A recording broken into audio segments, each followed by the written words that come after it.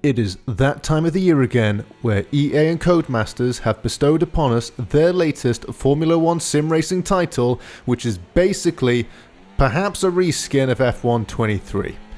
Perhaps a slight exaggeration, but I think we're all feeling the same way. However, yep, I did buy it again, and yes, I do hate myself a little bit.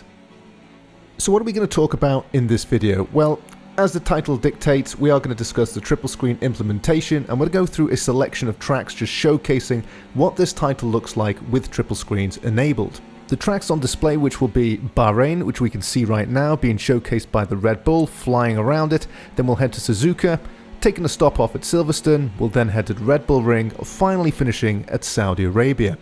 If you don't want to listen to my waffle, please feel free to jump ahead. I'll leave chapter markers below if you want to see the respective tracks I just mentioned. So let's discuss the triple screen implementation. Now, maybe it's due to out of some sense of naivety, each year, maybe I just think that they might just implement this properly and allow us to adjust for the angles, correct our FOV correctly, because it's 2024 people, and Codemasters, it's about time. It's quite frustrating given the fact that they have initiated VR support over the last couple of years. Again, I'll be trialing that out and a video will be coming out later. But it is extremely frustrating because I so want to be able to turn to this for all my Formula 1 needs. I love the liveries, I love all the voiceover commentary. You've got Crofty, you've got all the drivers providing voiceovers as well, so it really immerses you into it. But there is something to be said for proper field of vision and lack of distortion with proper angle correction at the periphery. Now you'll notice the field of vision here isn't too bad, and I've spent a fair bit of effort just tweaking this as best I can to get it as true to life within the constraints of what F1 24 has to offer. If you do want to know how to set this up, I'll leave a link just above and at the end of the video to how to set up triple screens for F1 24, which will guide you through the whole process from start to finish, calculating all the angles just to future-proof yourself with other sim racing titles as well, which gets this singing sweetly as best as it can within just the constraints of what they give us. However, having played on this for a couple of hours now, actually probably a few hours, it's not too bad, as in I've managed to get it just enough so there isn't too much distortion at the periphery, because I'm sat quite forward and I've narrowed the field of vision, which is compensated for by the fact I've got 3 screens, and you know what? I did have a good time. I had a good sense of speed. It's not perfect, but it could be a lot worse. For example, if you look at the triple screen implementation for Forza Horizon 5 or Forza Motorsport, you get a lot more distortion at the periphery, even sometimes cars not rendering properly. And at least this appears to be implemented properly for ultra-wides, which allows us to adapt it a little bit easier for F1 24. The last thing I want to mention is where else can you get your F1 fix for sim racing with triple screens? Now, I find the same thing every year. I find it very difficult to turn on this title when I've got Automobilista 2 and I've got Assetto Corsa just a stone's throw away with proper triple screen support and arguably better handling. We'll discuss the handling in just a second. You've also got iRacing, which I've been doing a lot of Formula stuff on that, but again, you don't have all, we've got the names here, we're chasing down Hulkenberg and Sargent here, we've got the crew chief and stuff in my ear. Granted, you can download crew chief, but it's not quite the same because they have made a real big effort to create this authenticity around the Formula 1 brand, but unfortunately you've got to trade one off for the other, right? At present you can't have all the bells and whistles and have all the authenticity. You've got to sacrifice one or the other, and ultimately year on year out I do find myself dropping off this and heading back to the other titles with decent triple screen support, because it's very hard to justify sitting here with distorted mirrors and things, and when you can easily go and have a much more pleasurable time on Automobilista 2, Assetto Corsa or iRacing. But it's not to say I don't enjoy this title. I am having fun with it and I am going to stick with it for a little bit longer.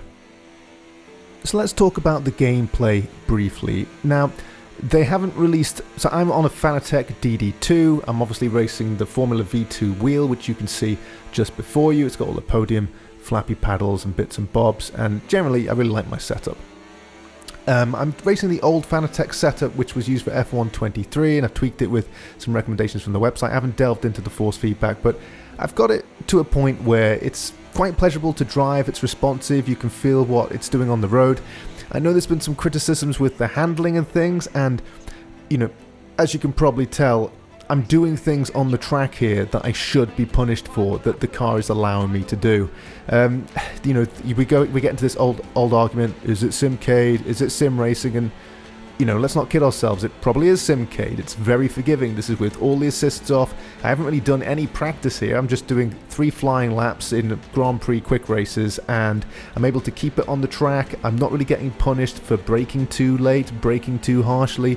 You know, there wasn't really any demonstration of oversteer, I didn't really spin the car out too much. You know, I really wish these titles would just have a little bit more realism, but again, you've got to cater for the console market and also the fact that a lot of people will be playing on controller, but again, it would just be lovely to have that option to just switch it up a little bit and change this into something, you know, as brutal as Assetto Corsa or iRacing, and, you know, really push this towards a bit more of a sim racing title. But again, you know, F1 holds its place in the market, and, you know, I think we know what we're getting when we pay for it, and as you can see, there's some good battles happening here, and here we go, we're just battling with Piastri, we're going to pip him, yes we are, good, and, you know, I'm having a good time with it, and that's the most important thing. Let's just talk about graphics and sound design. Now, I'm running this on my PC, which is run with a 4090 graphics card, an i9 processor, a bucket load of RAM, so it should be able to handle whatever I throw at it. Please bear in mind my resolution is 7768 by 1440, and I'm screen capturing and doing some other bits and bobs behind the scene, and I'm getting about 60-70 frames per second, which isn't too bad. Really enjoying the ray tracing, it looks pretty as you're flying around these tracks, it's very immersive, so from a graphical standpoint, very impressed. Sound design wise, it just doesn't have that zap. So when I'm on the track in Automobilista 2, it's, you know, it feels frenetic, it feels energetic. I just don't get that with the sound design with this, but that's been the case, I think, for a lot of Formula 1 titles. It's not to say it's bad, it's just to say, ignore that move, it's just to say that, you know, it could be a little bit better. So the big deciding factor is going to be what you guys think, because ultimately, if you guys don't think this is worth picking up, then Codemasters and EA aren't going to make any money, but they make money every year, so it sounds like most people are going to pick it up. However, let me know what you think in the comments below. I'd be interested to hear what the community thinks with regards to this, particularly the triple screen implementation, which is what this video is primarily about. Do you think you'll be running it with triples? Will you discipline yourself and just run it with one monitor because it's frustrating? I personally think it's serviceable enough to have a fun time and get some enjoyment out of it. Anyway, let me know what you think. If you found value in this, please hit the like, consider subscribing, and I'll see you guys very soon. Bye for now.